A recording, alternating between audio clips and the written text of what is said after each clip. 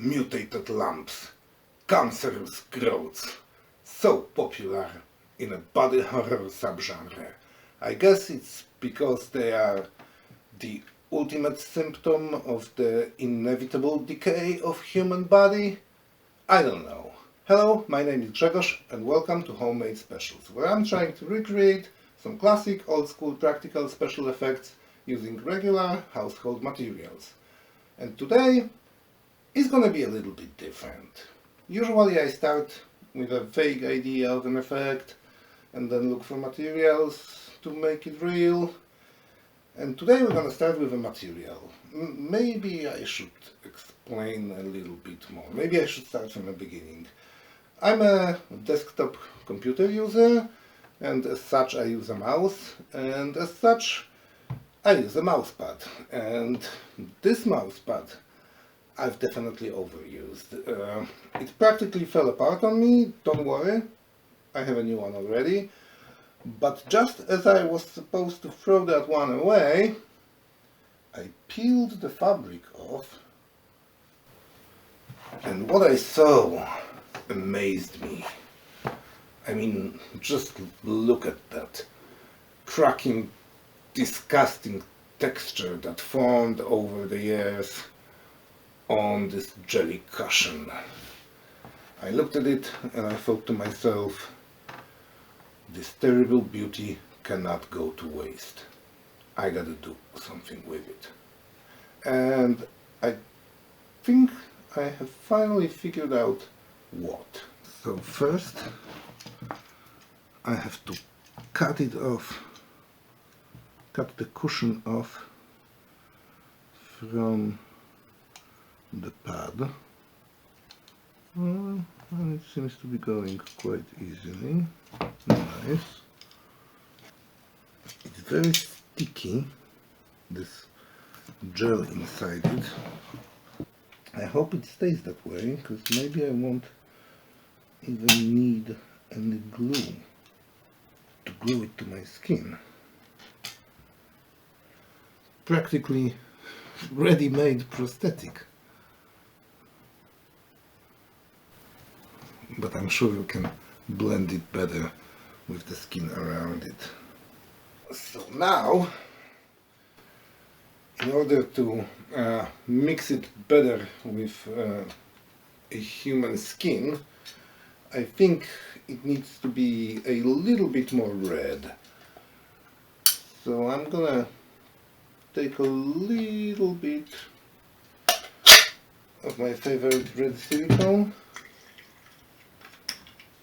mix it with rather large amount of a universal nitro paint solvent to create a very thin, very watery red paint with which I'm hoping to wash my lamp. And the idea is that this very thin paint should penetrate all the cracks and make the dark parts red, while the bright parts should get just a little bit warmer, not really painted. I mean, the goal is to keep this texture as much as possible, because it's just pure treasure right here. Okay, I think the paint is nicely loose. I don't want no lumps in it.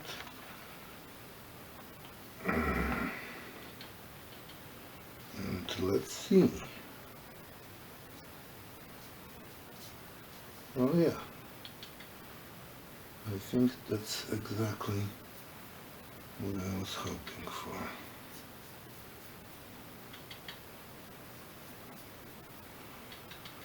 Look how red the cracks get and how pale the rest of it stays. Looks pretty good so far. I'm gonna let it dry now and think about the next steps. But look at that. This next step is gonna be difficult for me because I suck at mixing colors. But I need to get something close to my own skin shade.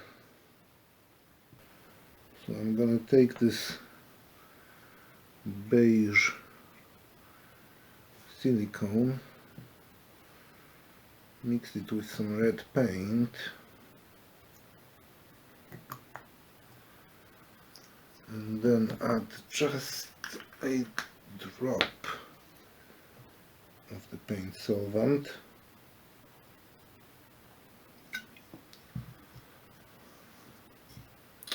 Sorry.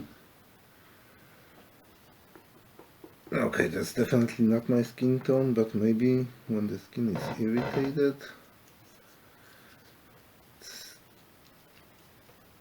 I'm gonna start with that, and then maybe I'm gonna even dry brush some of the pure beige on top of it. We'll see. But I'm gonna take this pink stuff, whatever you call it, and I'm gonna apply it just on the edges of my lamp, mostly to get a clean edge, because I'm not sure if it's visible, but the edge that I cut is very sharp and uneven, and in order to blend it with my body, I'd like it to have a much cleaner edge. So I'm gonna start with that, and I'm probably gonna have to apply a few more layers of silicone, because I already see that it's not really thick enough, and it's definitely too dark. Let me try and use it to blend different colors together. That should work just fine. That looks sick. Okay, I give up mixing colors. I'm just gonna make some really thick paint out of that beige silicone, and I'm gonna try and carefully dry brush it into the very edges of my lamp. Okay, let's see, I will start over here.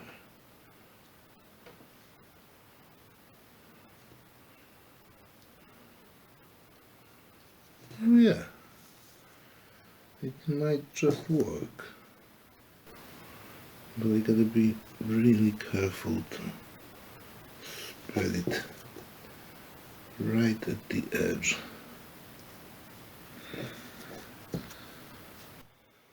I'm not too happy about the edge. It doesn't stick, but I think I'm gonna worry about that later. For now, I think I can make this lamp even more disgusting than it is by making it hairy. Yeah, you've heard me right.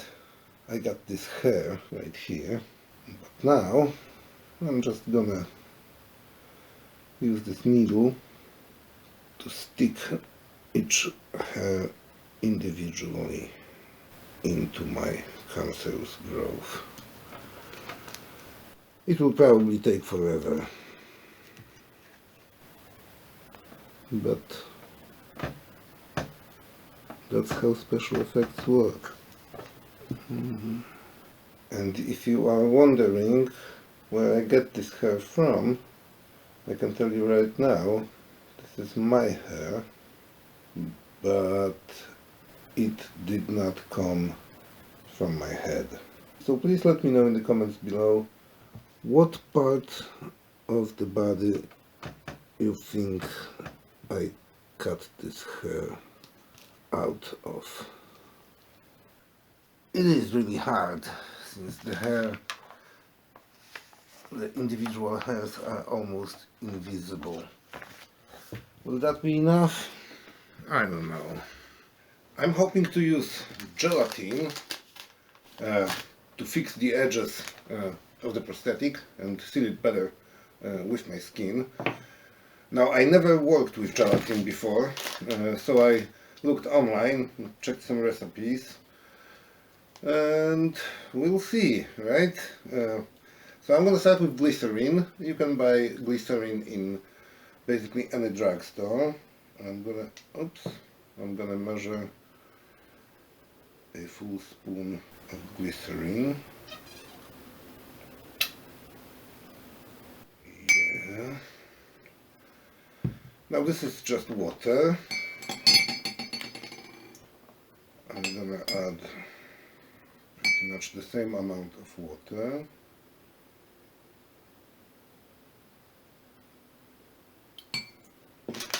And now this is gelatin, edible gelatin you can buy in any grocery store. I'm also gonna take a spoon of that. Yeah.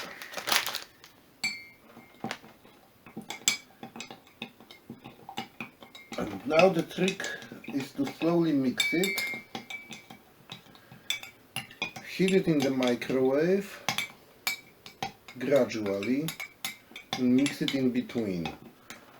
The thing is that the gelatin is supposed to dissolve in the glycerin, but we don't want any air bubbles, which I've already created tons of. So it shouldn't boil. It should heat up very gradually. I'm not so sure about it.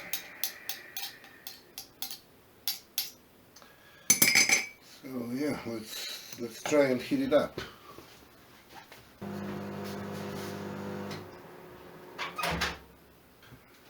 It's boiling really quick. It kind of stinks. I don't know if I didn't burn it. Now I don't know if what I'm seeing in there are air bubbles, gelatin crystals that did not dissolve. I don't know. Yay! As it cooled down, it turned it into this really rubbery substance filled with tiny air bubbles, which, I mean, it should not be like this, but for the testing purposes I think it should be alright. So now, if I'm not mistaken, I should be able to reheat it again in the microwave and it should turn liquid again, so I can apply it straight on my skin. We'll see. As I microwaved it, it turned completely liquid again, and now, as it cooled down, it really slowly thickens, which I think is great. So, let's put the prosthetic on.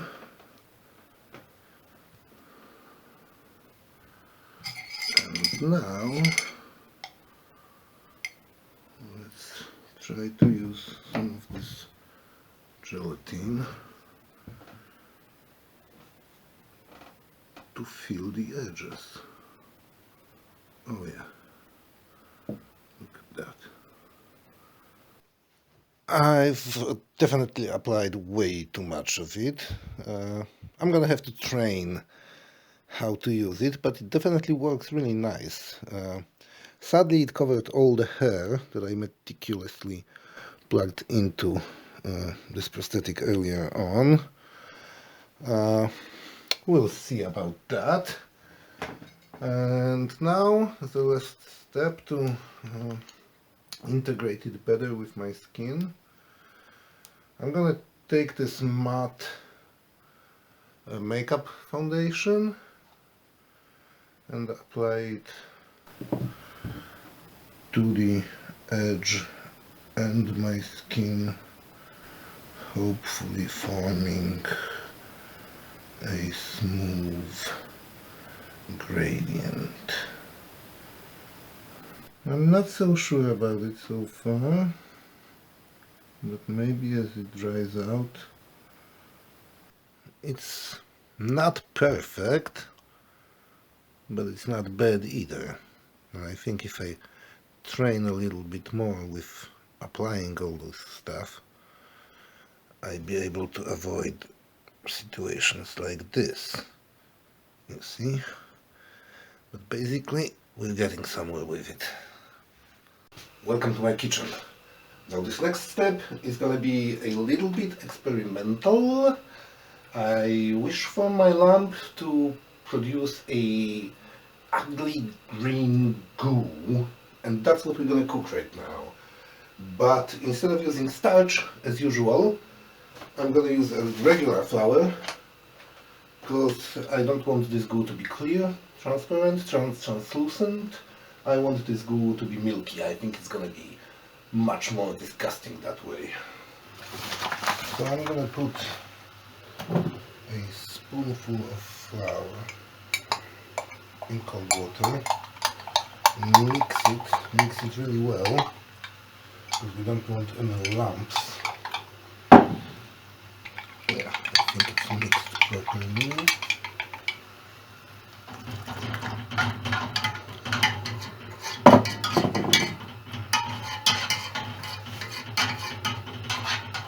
As usual, I'm having hard times finding the right thickness, but maybe this will be alright.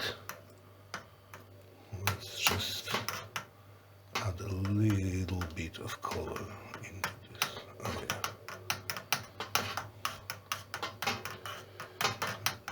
That's just about right. It looks pretty fine to me. So now we're gonna take a syringe, and the thickest needle they had in a drugstore, it's 1.2 millimeters wide, and I'm gonna try and inject this stuff into the cushion.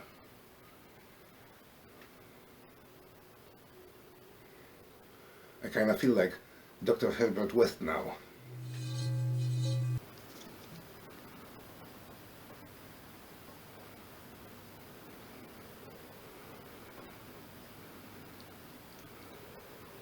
Oh yeah, can you see?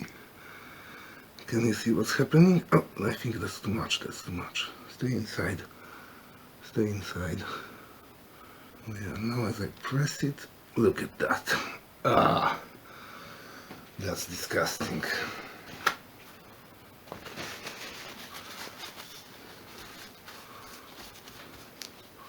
Let's try again.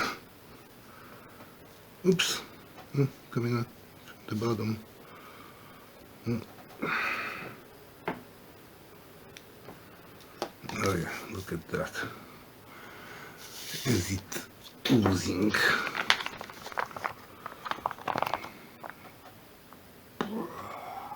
Can you see it? It's crazy. Yeah, so let's test it out in the field.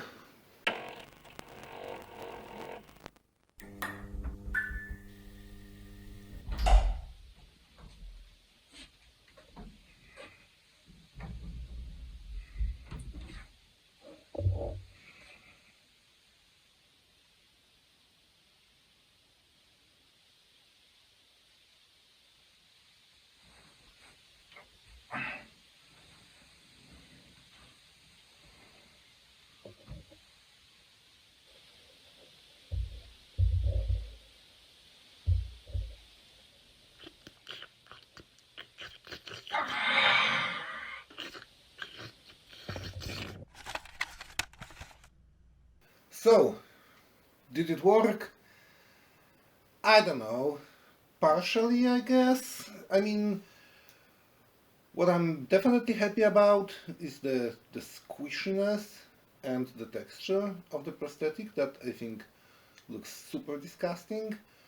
And the goo coming out of it, also pretty great. The hair completely disappeared, even though I've sprinkled some hair straight onto the wet gelatin as I was applying it. Still, you can hardly see them.